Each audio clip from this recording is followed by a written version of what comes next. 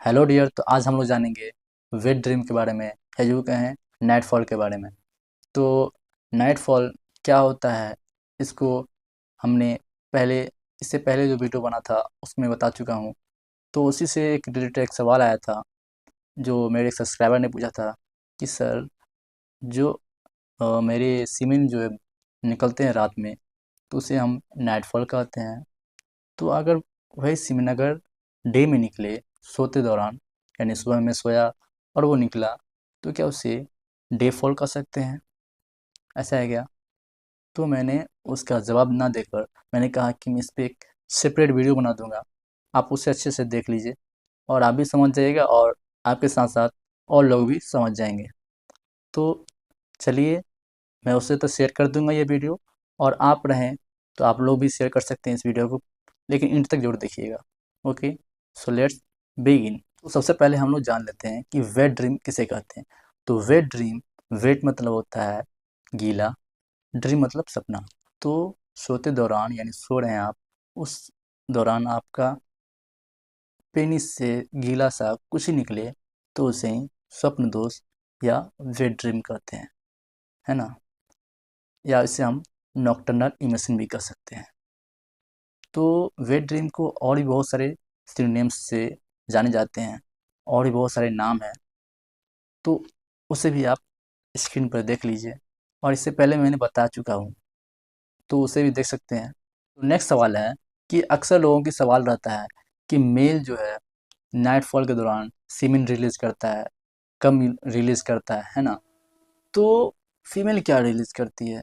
क्या फीमेल को भी नाइटफॉल होते हैं, कुछ रिलीज करती है क्या? तो ये अक्सर लोगों के सवाल रहते हैं, जो कि कुछ कुछ लोग सवाल पूछते भी हैं, कुछ लोग अपने में दबा लेते हैं। तो उन्हीं का सवालों का जवाब मैं दे रहा हूँ कि मेल अगर नाइटफॉल करता है यानी वेट ड्रीम करता है, तो क्या निकलता है, और फीमेल, सबसे बड़ी बात है फीमेल नाइटफॉल करती है यानी, ये सबसे बड़ी बात है। लोगों को लगता है सिर्फ मेल ही को होता है नाइटफॉल या वेट ड्रीम होता है, फीमेल को नहीं होता है। तो ऐसा नहीं है, फीमेल को भी होता है, मेल को भी होता है। मेल के बहुत सारे, मतलब लोगों ने फैला दिया कि मेल को नाइटफॉल होते हैं, लेकिन फीमेल के बारे में उतना प्रचलित नहीं है। तो फीमेल के बारे में नहीं पता, लेकिन फीमेल को भी नाइटफॉल होते हैं, मेल को भी होते हैं, है ना? तो सबसे पहले जान लेते हैं कि मेल मेल के बारे में तो आपको पता ही है क्या निकलता है। सीमेन निकलता है यानी कम निकलता है नाइटफॉल के दौरान, वेट ड्रीम के दौरान, है ना? तो फीमेल का क्या निकलता है? तो फीमेल का वेजाइनल लुब्रिकेंट निकलता है, या यूँ कहें वेजाइनल लुब्रिकेशन जो है, वो फीमेल के निकलते हैं। उसके अलावा ऑर्गेज़ भी उनके मिलते हैं लुब्रिकेशन के दौरान। और मेल का ऐसा नहीं होता है, मेल का ओनली सीमेन रिलीज होता है और दैट्स ऑल। लेकिन फीमेल में लुब्रिकेंट लुब्रिकेशन निकलता है, वेजाइनल लुब्रिकेशन निकलता है, साथ ही साथ ऑर्गेज़्म भी उन्हें मिलता है। और एक और पॉइंट आप याद रखिएगा कि मेल में सिर्फ कम निकलते हैं, सीमेन निकलते हैं, साथ साथ कुछ भी नहीं निकलते हैं। जैसे आप सोचेंगे कि यूरिन निकल सकता है, तो ऐसा नहीं, यूरिन नहीं निकलते हैं, सिर्फ कम निकलते हैं, ठीक। और फीमेल में सिर्फ वेजाइनल लुब्रिकेशन निकलते हैं, उसके अलावा कुछ भी नहीं निकलते, है ना? ठीक। Next point. सो नेक्स्ट सवाल है, बहुत लोगों का सवाल आता है, क्या टेस्टोस्टेरोन का बढ़ने से सीमेन का निकलना जुड़ा हुआ है? या यूँ कहें कि नाइटफॉल तभी होता है जब टेस्टोस्टेरोन का बूस्ट होता है, यानी बहुत ज़्यादा बढ़ जाता है तो निकलता है। तो ऐसा बिल्कुल भी नहीं है, टेस्टोस्टेरोन का इससे कुछ भी ताल्लुकात नहीं है।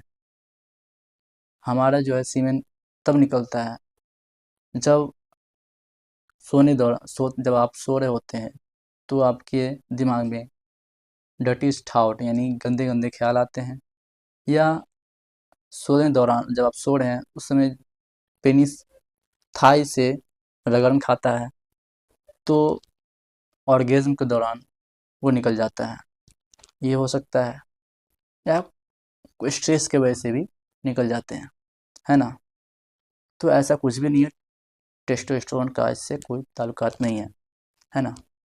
तो बहुत लोग का सोच रहता है कि अगर हम मास्टरबेशन कर लेते हैं तो नाइटफॉल नहीं होगा।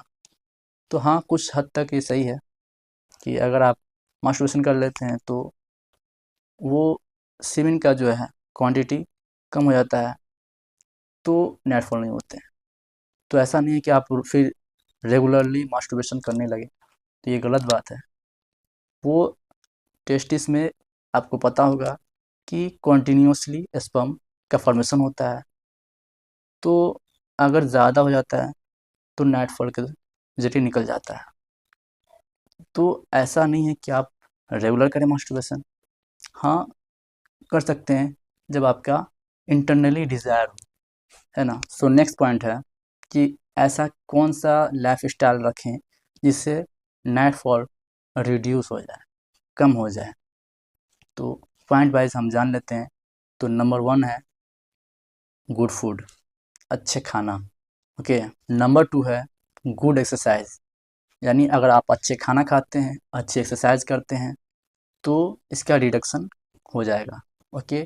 थर्ड पॉइंट वार्म बाथ, यानी गर्म पानी से, मतलब सुसुम पानी, गर्म पानी से ही ना नहा लें, मतलब सुसुम पानी से बात करें, नहाएं, ओके। नेक्स्ट फोर्थ पॉइंट है एवॉइडिंग टेस्टोस्टेरोन बूस्टर कैप्सूल्स और स्पाइसी फूड, ओके।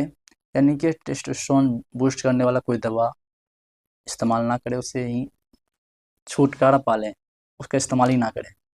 क्योंकि बहुत लोग सोचता है कि टेस्टोस्टेरोन बढ़ाने से हमारी बॉडी में ज़्यादा, मतलब बाइसेप्स आ जाएंगे, ऐसा, मतलब ऐसा कुछ भी नहीं होता है ना।